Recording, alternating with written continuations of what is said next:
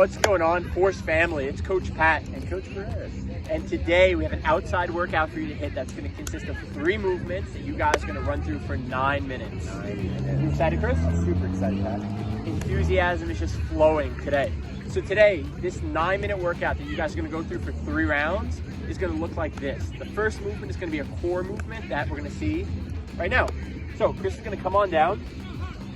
It's going to involve what looks like a traditional butterfly sit-up, but as Chris comes up, he's going to add a 1-2 jab at the top of what a normal rep would look like completed.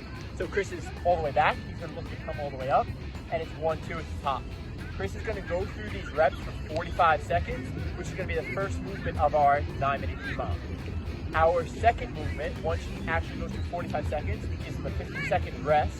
He's just not stopping, he doesn't want to stop, there's no reason to stop. You know, it's electric. So Chris goes through his 45 seconds. He will have 15 seconds before movement 2, which is a staple in outside training, I think. Right, Chris? I'd say so. I would say. So it's a winning movement, and that winning movement is going to be jumping lunges. So the next movement on the second minute of our 9-minute EMOM is going to be jumping lunges. So Chris is going to go through 30 seconds. So we actually drop. We'll go 45 seconds for the core movement, 30 seconds for the lunges, and hopping lunges are going to look like this. Chris is going to go through them. Chris is going to make sure that he's moving with good form for the full duration of 30 seconds. He's making sure his chest stays up, he's getting full range of motion, and he's able to stay moving properly for the full 30 seconds. Nice, Chris. Thanks. Give a little golf clap. Chris had done his 30 seconds, so he'll have 30 seconds rest.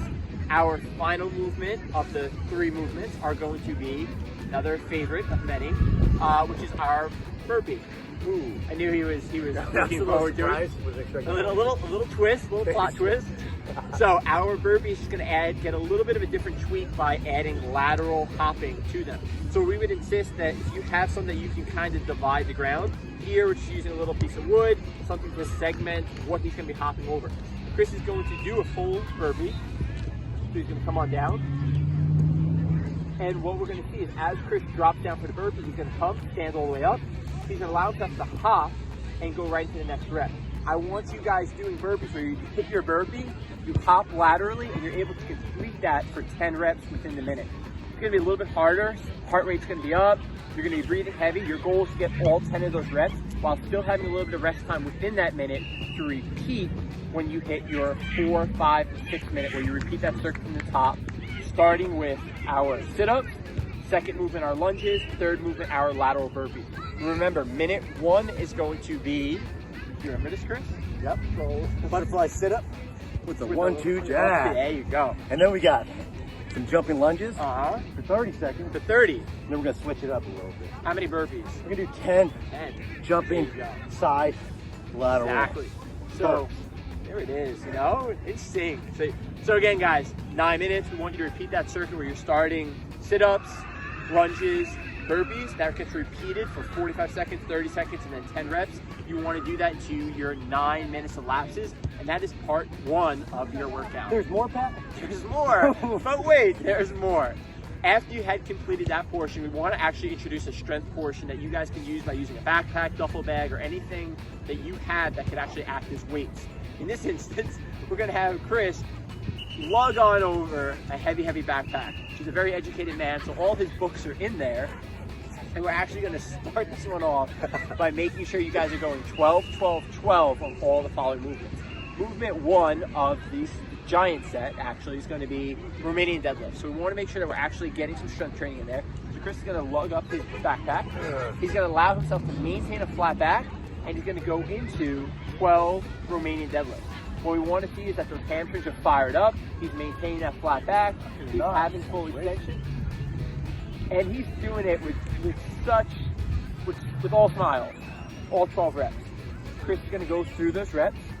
As soon as he's able to complete that final rep, the next move he's going to go into is after top, he's going to be able to stand up. He's going to go into 12 upright rows or 12 high pulls if you actually break down the movement into its smaller parts.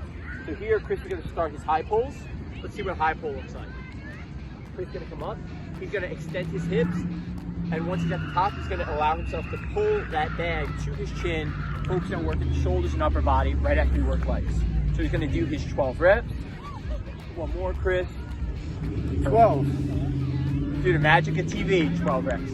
After he did all of his 12, the last movement that we're going to want you to do for 12 reps is grab that same heavy backpack and allow it to act as a weight that you guys can go through a goblet squat or any type of sandbag squat if you really load that backpack up.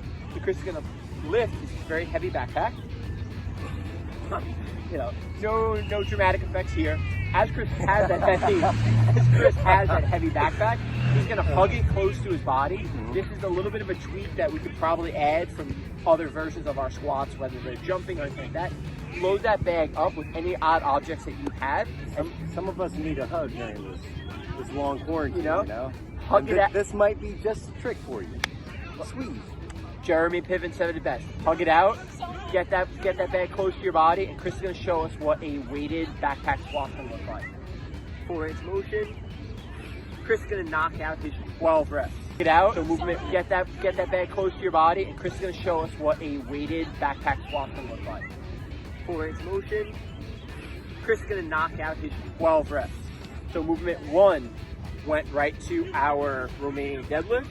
Movement 2 was our high pull for 12 reps. Movement 3 is his 12 squats. We want you to go through, this guy's good. We want you to go through 4 rounds where you're resting anywhere from a minute to 90 seconds between those sets, where you're doing your 12 Romanian deadlifts, your 12 high pulls or upright rows, and your 12 squats. You want to make sure you're moving with quality. That backpack should be loaded up to weight. That's going to be a challenge for you. If anyone needs any books, as Pat mentioned earlier, I'm quite the librarian. He is very educated, you know. There's a lot of Dr. Seuss books in there, and they weigh a lot. So once you do all those movements, we want you to be able to go through that of movement A, B, and C, rest about 60 seconds. If you are not as inclined as this gentleman, give yourself 90 seconds. But once you do all 4 of those sets, you had completed your strength portion. You had finished round 2, you're moving on to round 3. Chris, round 3. Here's where it gets exciting. Everybody, you had advanced to round 3, where we want you to finish with as quickly as you can, but moving with quality, 50 leg raises. Up, down, out, in, where you're taxing the core, and you're finishing with a little bit of a sweat, and you round out today's workout. 50, all right. 50. So from here, Chris is going to show us what we're looking for. He's going to allow himself to either have his hands under his butt, which is going to make it a little bit easier. If he has his hands planted right at his side, it allows it to become a little bit more challenging. So hands under a butt, a little bit easier. Hands at your side will make it a little bit harder. Chris is going to allow himself to prop his upper body up so his core is engaged and engaged. So now that he's fully ready to go through it, he's going to have his toes point forward. He's going to look to raise up. He's going to go down, out, goes up, down, out, in. And we have all the moving parts. So now Chris is going to repeat that until he finishes his 50 reps, and that's going to be done 4 times and with good quality. Let's motivate him mentally. Give him a little bit of love. So Chris had done his 50 reps because he does it in real time. Once Chris actually hits rep 50, he completed the last part of our workout. Part A was that EMOM. 50. Once you finish part A that had that EMOM of 9 minutes, you roll into strength, which is our backpack circuit of 3 movements. We finished lastly with a little bit of a core burner, and you can easily do this workout outside. Chris, any final thoughts, words, wisdom, words of wisdom? Read your books. You know, read your books and lift your books. All I can say is just stay on top of your books. All right, take care. From 2 educated gentlemen, get after it, stay safe, and we'll see you soon.